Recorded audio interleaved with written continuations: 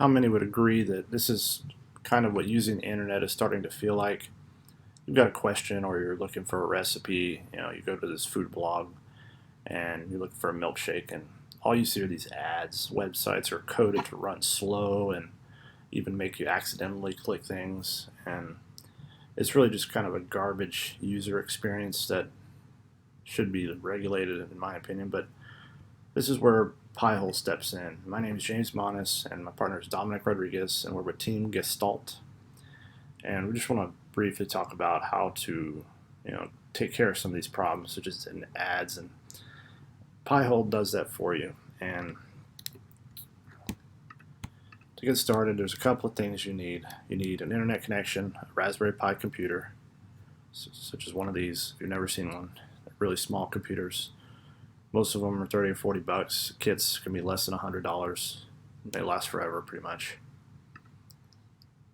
And you need a mouse and a keyboard. You can often buy small little, almost like remote controls that have a mini keyboard and a little touchpad. That's what I use for my Raspberry Pi. And an HDMI cable. You need a micro SD card or an SD card, depending on what it has, and a card reader. If you're working between two computers, that's pretty much the easiest. And you need to flash the SD card with the Linux operating system. So what are some advantages to using Piehole? Well, it's DNS blocking, so what that's doing is it's protecting you against malicious domains. It's protecting you against different infections, data collection, and an overall faster web experience. But some disadvantages are false positives. It can block good sites you wanted to use, or maybe parts of a website. It can provide an unpleasant browser experience if things are blocked, and there can be page load failures that are hard to diagnose. So once we have the Raspberry Pi, we need to install the Linux operating system. So you can pick one of these here. That's what they recommend. I like Raspbian because it was very easy to do. It's automated. And then once you've installed it on the SD card and put it in the Raspberry Pi, go to this website and click install. And you'll see this one-step automated install. This is a bash link, so that's people may not want to run this because they don't trust it. If you don't trust it, there's some alternative methods here that let you view the code. But I like this because I trust it and it's fast. So go to terminal and then paste the link. Bash runs it, and then you'll have to put in your password to do root install. Again, this is a MacBook, so it's not going to actually install Piehole, but this is what you do. And there you can see ASCII art of Raspberry. And it tried to install, but this is a MacBook. So, and then from here, all you need to do is configure it. So Piehole would have been installed. Now you have to configure your router for DNS forwarding. And I'll let Dominic do the explaining for that. Alright, now that we have our terminal open, let's begin by typing in that line of code.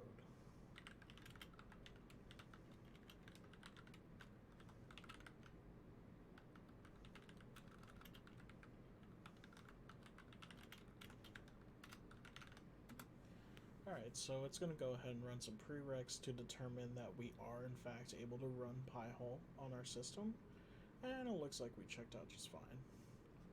This installer will transform your device into a network-wide ad blocker. This is true, as we've talked about this already. Piehole is of course free and powered by our donations.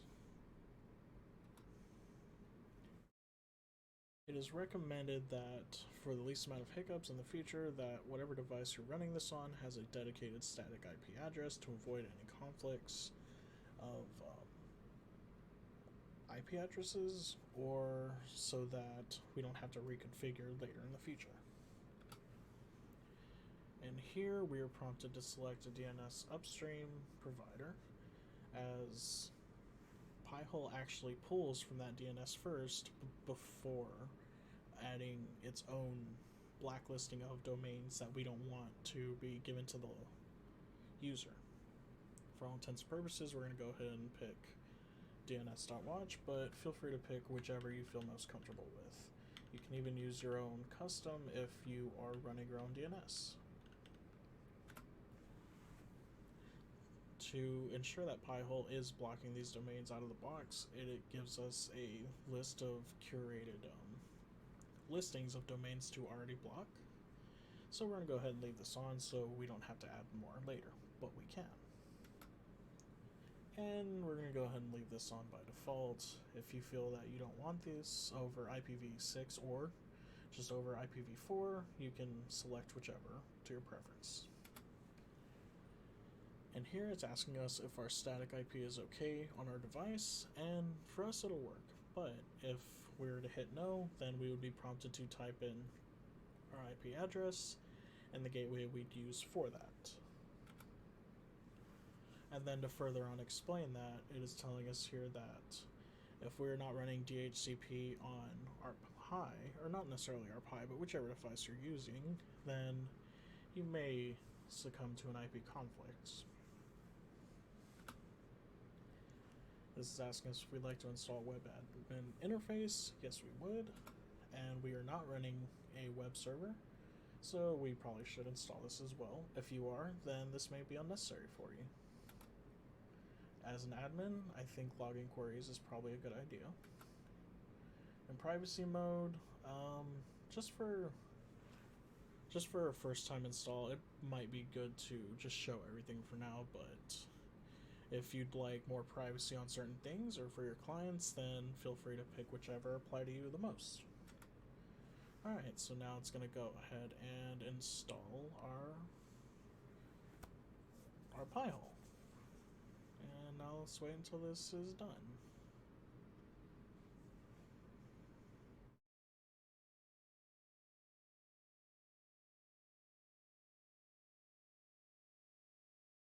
Alrighty, looks like we are almost done. Just running through the installer. I am running this off of a Raspberry Pi 4 Plus B, I think, something of that nature.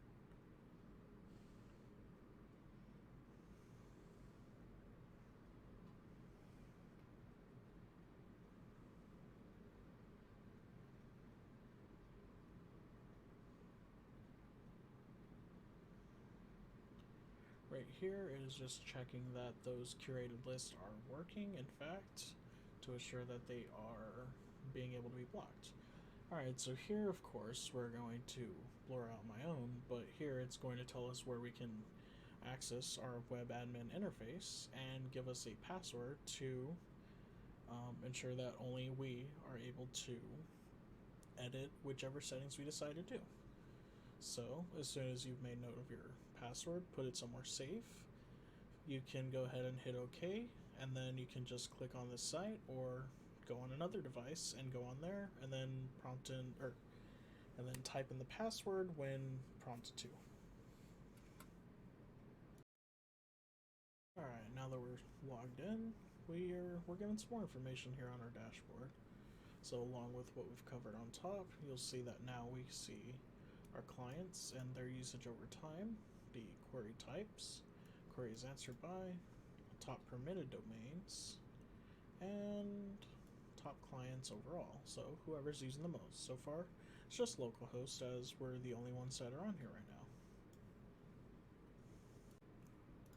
Alrighty, now that we can access our web admin interface to whichever IP was given to you, we can see a few things. We can see the number of queries that have been executed on our network, the amount that have been blocked, the percent of them that have been blocked, and the total amount of domains that are currently on our block list.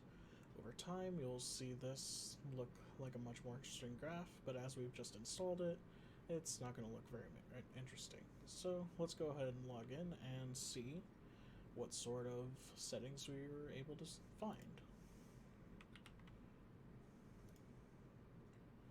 Alright, great. Alright, now that we're logged in, we're given some more information here on our dashboard. So along with what we've covered on top, you'll see that now we see our clients and their usage over time, the query types, queries answered by, top permitted domains, and top clients overall. So whoever's using the most. So far, it's just localhost as we're the only ones that are on here right now. Alright, so now we are on our query log, which we can see every query that has been made and from where it came from, and then which client used it. So, say we didn't want our client talking to, I don't know, raspberry.local domain. Of course, that's vastly unnecessary in our case, but just for example purposes, we didn't want them to. So what we would do, we would hit blacklist, and now this domain would show up here in our blacklist tab. And as you can see, it only says it's showing up to 100, but if we wanted to show all of them, which just from the time of installing it to now, I think we have 169 queries, it can be very large. So over time, you can curate a very, very lengthy blacklist. Here we can create a graph of the statistics of our query database over a selected amount of time. So, from just today, yesterday, or from the whole time the server has been running, or just from a certain range that we would like to create. The same can be done over here for a query log, so we can just see certain queries during a certain amount of time. Same thing. As well as here, we can see whenever the top domains, the top clients, and the top block domains, and we'll just get a nice curated list for whenever. So let's just see what that'll look like right now. Cool. So as you can see, since we're still running on localhost, these are just everything that has been contacted with. Here we can see we have a whitelist. So say there's a listing in our domains that we actually want to whitelist. We want to let them into our network. Say it's our favorite site, and we want to make sure that they're getting whatever ad revenue that we want them to have. So we would just add it here, hit add, and we would like to refresh it just to ensure that we are looking at the most current and up-to-date listing. And here we have our blacklist. So over time, obviously, like we saw earlier, we can continuously block domains that we do not want our users seeing. This also includes regular expression blocking as well as wildcard blocking. This means that some domains, they just like to throw on, an extra number, letter towards the end, just so they can be a little bit more crafty and get through your network and continue supplying the ads they are attempting to. Well, with this, we can ensure that they still will not get in. Here we have a disable button. Here we can actually turn off our server for 10 seconds, 30 seconds, 5 minutes, or however long we want, or just permanently until we decide to turn it back on. Alright, so here we are on our tools, and first we're going to notice something called Update Gravity. We'll talk about this more later. Yes, it's a list of block domains, but we'll explain more how that works whenever we're here in the settings. We have query lists, so this allows us to ensure that a certain domain is in our listing. Sometimes we may block something we don't mean to. So say we didn't mean to block this. We'll see all of this as an extension. We can do an exact, which of course nothing is there because this is just an extension to the end of a URL. But it allows us to determine that yes, these are in fact being blocked. And then here we just have more logs that over time will become more useful to you. Nothing too crazy. Alright, so here we are in our networks tab. As you can see, I am running this in a VM currently off of my Raspberry Pi, and it'll show the current IP addresses available that are using the Pihole. Currently, we're not using any, and we're just running the server for tutorial purposes. In conclusion to this tutorial, I'd like to thank you for watching, and in addition to using Pihole, we recommend using in tandem via your browser the extension uBlock Origin and Privacy Possum or Badger, depending on your browser. This is to help you curate a better block list over time, as all of these help show you what is currently being blocked. This way, you can take the majority of the load off your browser and computer and put it onto a dedicated piece of hardware that is currently running Pi-hole. Thank you for watching.